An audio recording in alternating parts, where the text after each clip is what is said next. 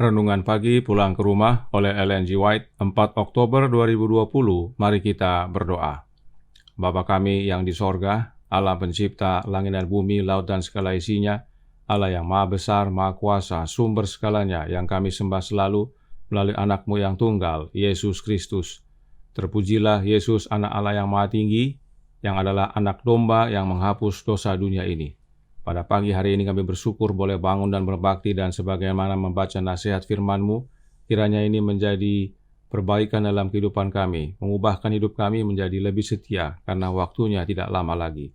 Beserta kami sepanjang perbaktian ini, kehendak-Mu yang jadi, ampun kami akan dosa dan salah, karena kami berdoa hanya melalui anak Allah yang tunggal, Yesus Kristus, yang adalah Tuhan dan Juru Selamat kami. Amin. Renungan hari ini akan dibacakan oleh Gridley Tambalean. Silahkan Gridley. Selamat pagi, renungan kita pada pagi hari ini 4 Oktober 2020 berjudul Gambaran Bait Kudus Surgawi. Ayat inti, memang perjanjian yang pertama juga mempunyai peraturan-peraturan untuk ibadah dan untuk tempat kudus buatan tangan manusia. Ibrani 9 ayat 1.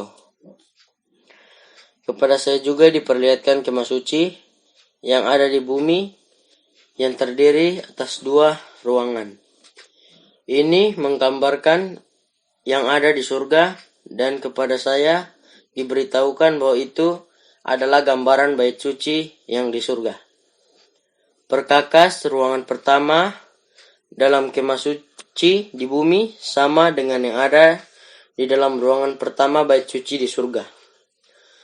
Selubungnya diangkat, lalu saya melihat ke bilik yang maha suci dan melihat di bilik yang maha suci dari bait suci surgawi itu. Imam bekerja di dalam kedua tempat bait suci di bumi itu. Setiap hari ia masuk ke dalam tempat yang pertama, tetapi masuki tempat yang maha suci hanya sekali dalam setahun, untuk membersihkannya dari dosa yang telah diangkut ke sana. Saya melihat bahwa Yesus bekerja dalam kedua tempat bait suci di surga itu. Imam-imam memasuki bait suci di bumi dengan darah seekor hewan sebagai persembahan karena dosa. Kristus memasuki bait suci di surga dengan mempersembahkan darahnya sendiri. Imam-imam di bumi diganti oleh kematian. Itulah sebabnya mereka tidak dapat lama bekerja, tetapi Yesus adalah imam selama-lamanya. Melalui korban dan persembahan yang dibawa ke bait suci di bumi, anak-anak Israel harus memegang jasa-jasa juru selamat yang akan datang.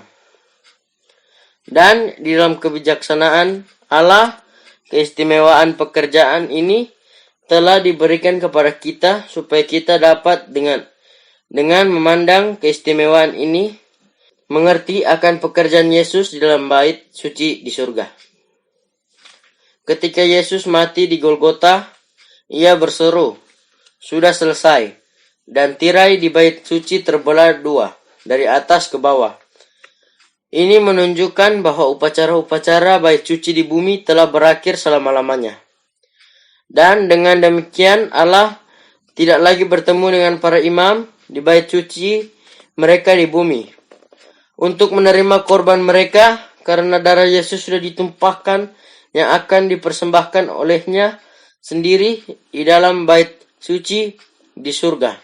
Sebagaimana imam besar memasuki bilik yang maha suci sekali setahun untuk membersihkan kemah suci di bumi, maka begitulah Yesus masuk di tempat yang maha suci dari bait suci di surga pada akhir 2300 hari dalam Daniel 8 pada tahun 1844 untuk mengadakan pendamaian terakhir bagi semua yang diuntungkan oleh pengantaraannya, dan dengan demikian membersihkan tempat kudus itu.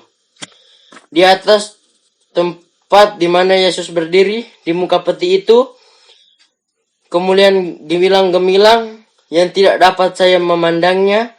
Tampaknya itulah tahta Allah. Ketika dupa naik kepada Bapa, kemuliaan luar biasa datang dari takhta itu kepada Yesus, Dan dari Dia itu dipancarkan kepada mereka yang doanya telah naik seperti dupa yang harum. Tulisan-tulisan permulaan halaman 363 dan 364. Terima kasih atas penata layanan Gridley. Tuhan Yesus memberkati. Selamat pagi saudaraku dalam Tuhan. Melalui pelajaran Bait Kudus ini, umat pergerakan Advent yang mula-mula akhirnya memahami kesalahan mereka. Perhitungan tahun benar, tetapi makna salah. Akhir dari 2300 petang dan pagi itu benar, yaitu tanggal 22 Oktober 1844. Nah, renungan hari ini jelaskan bahwa pada akhir 2300 hari tersebut, Yesus memasuki tempat yang maha kudus dari Ka'bah di sorga untuk mengadakan pendamaian terakhir. Mari kita ikuti penjelasan berikut ini dari Alkitab dan Roh Nubuat agar memahami dengan benar pelayanan di Ka'bah surgawi. Kita buka Keluaran 26 ayat 35 yang berkata, "Meja itu haruslah kau taruh di depan tabir itu, dan kandil itu berhadapan dengan meja itu pada sisi selatan dari kemah suci, dan meja itu haruslah kau tempatkan pada sisi utara." Meja roti unjukan berada di sisi utara gedung Ka'bah. Apa makna utara ini? Kita buka Yesaya 14 ayat 13 yang berkata, "Engkau yang tadinya berkata dalam hatimu, aku hendak naik ke langit, aku hendak mendirikan tahtaku mengatasi bintang-bintang Allah, dan aku hendak duduk di atas bukit pertemuan jauh di sebelah utara." Apa yang ada di sebelah utara? Tahta Allah. Di sanalah Lucifer mau duduk. Karenanya, meja roti sajian itu adalah lambang dari tahta Allah. Mari kita lihat penjelasan Alkitab dan Roh Nubuat. Pertama kita lihat penjelasan dari Alkitab tentang meja roti sajian ini. Keluaran 25 ayat 23 sampai 25. "Lagi, haruslah engkau membuat meja dari kayu penaga, 2 hasta panjangnya, sehasta lebarnya, dan 1,5 hasta tingginya. Haruslah engkau menyalutnya dengan emas murni dan membuat bingkai emas sekelilingnya. Haruslah engkau membuat sekelilingnya jalur pinggir yang setapak tangan lebarnya, dan kau buatlah bingkai emas sekeliling jalur pinggirnya itu." Perhatikan dalam versi King James, kata bingkai ditulis dengan kata crown. Crown artinya mahkota. Jadi, meja ini ada 2 bingkai emas atau dalam King James disebut crown, yaitu 2 mahkota. Dan ada jarak selebar tapak tangan antara bingkai yang satu dengan bingkai yang kedua. Dan karena ada jarak, maka bingkai yang satu tentunya lebih besar dari bingkai yang satu.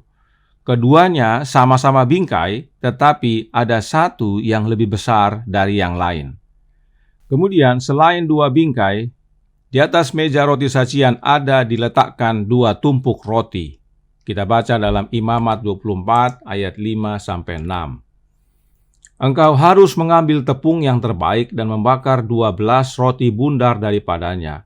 Setiap roti bundar harus dibuat dari 2/10 eva. Engkau harus mengaturnya menjadi 2 susun, 6 buah sesusun di atas meja dari emas murni itu di hadapan Tuhan." Jadi, ada 2 tumpukan roti dan masing-masing 6 buah roti. Membuat tumpukan roti dan jumlah setiap tumpukan bukan kehendak manusia, tetapi harus sesuai perintah Tuhan.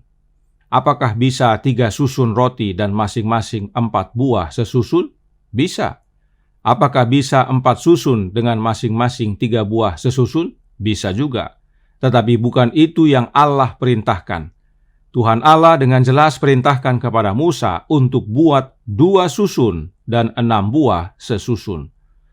Sekarang, mari kita lihat penjelasan Roh Nubuat yang menyatakan tentang meja roti sajian ini, dan jangan lupa posisi meja roti sajian itu terletak di dalam bilik kudus di sebelah utara.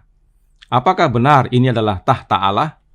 Kita buka tulisan-tulisan permulaan halaman 104 yang menjelaskan, "Saya melihat Bapa berdiri dari tahta itu dan dengan kereta yang menyala-nyala masuk ke dalam tempat yang maha kudus di dalam tirai dan duduk di sana. Kemudian Yesus berdiri dari tahta itu dan sebagian besar dari mereka yang menyembah sujud berdiri dengan dia. Saya tidak melihat seberkas sinar yang memancar dari Yesus menerangi orang banyak yang lalai itu sesudah ia berdiri, sehingga mereka ditinggalkan dalam kegelapan pekat. Mereka yang berdiri ketika Yesus berdiri tetap mengerahkan mata mereka kepadanya ketika ia meninggalkan tahta itu dan membawa mereka keluar tidak jauh dari sana. Kembali, ingat denah Ka'bah. Ada 2 bilik, bilik kudus dan bilik yang maha kudus.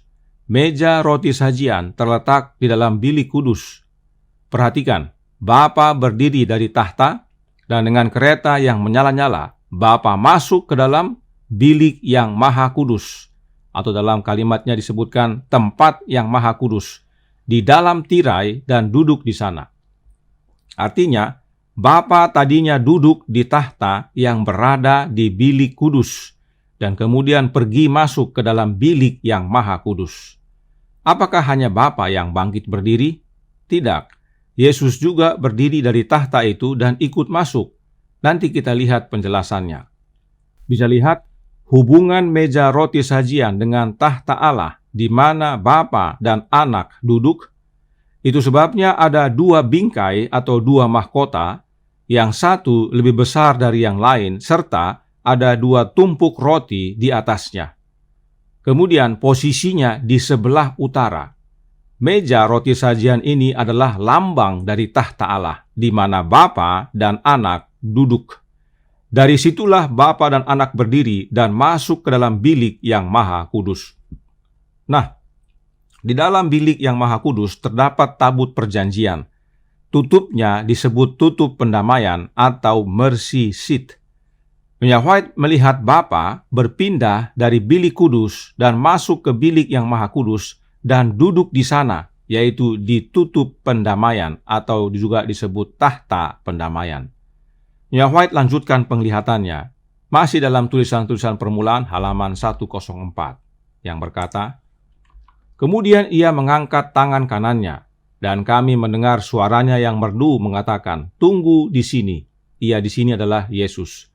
Aku hendak pergi kepada Bapakku untuk menerima kerjaan itu.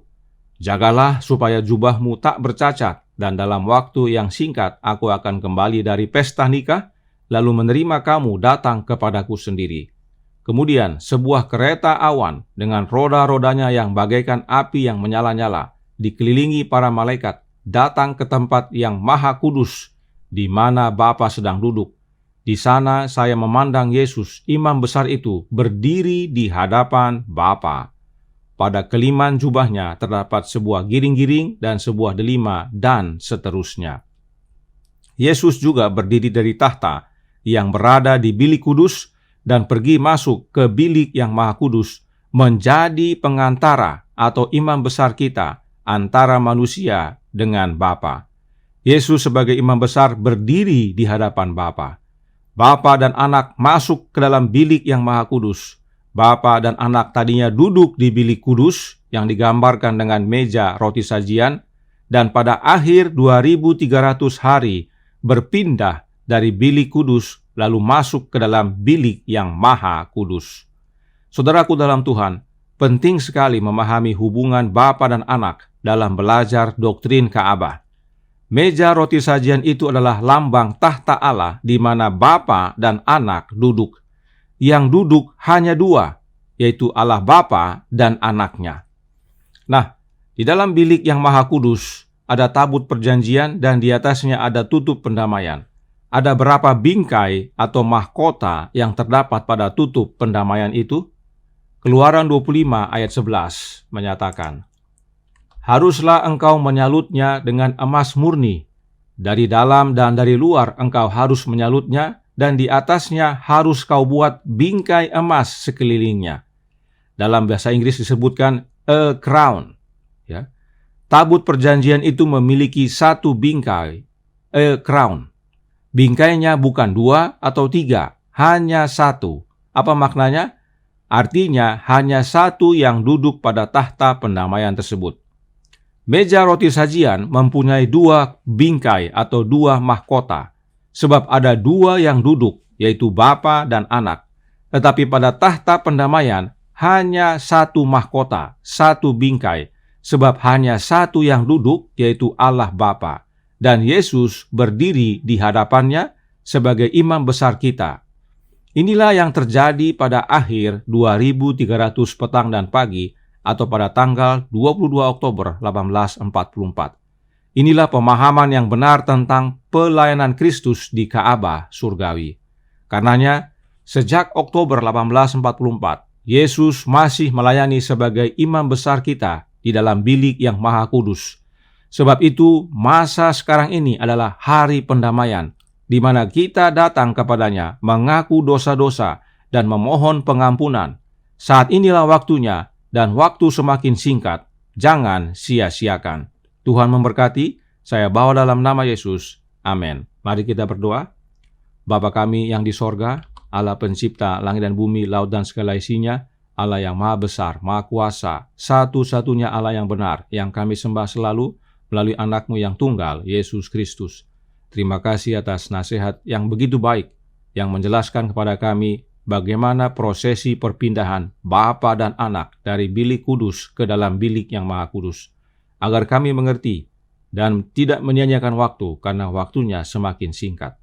Tolong kami ya Bapa, beserta kami ya Yesus, hadir dalam hati kami, kehendak-Mu yang jadi, ampun kami akan dosa dan salah, karena kami berdoa hanya melalui Anak Allah yang tunggal, Yesus Kristus, yang adalah Tuhan dan Juru Selamat kami. Amin.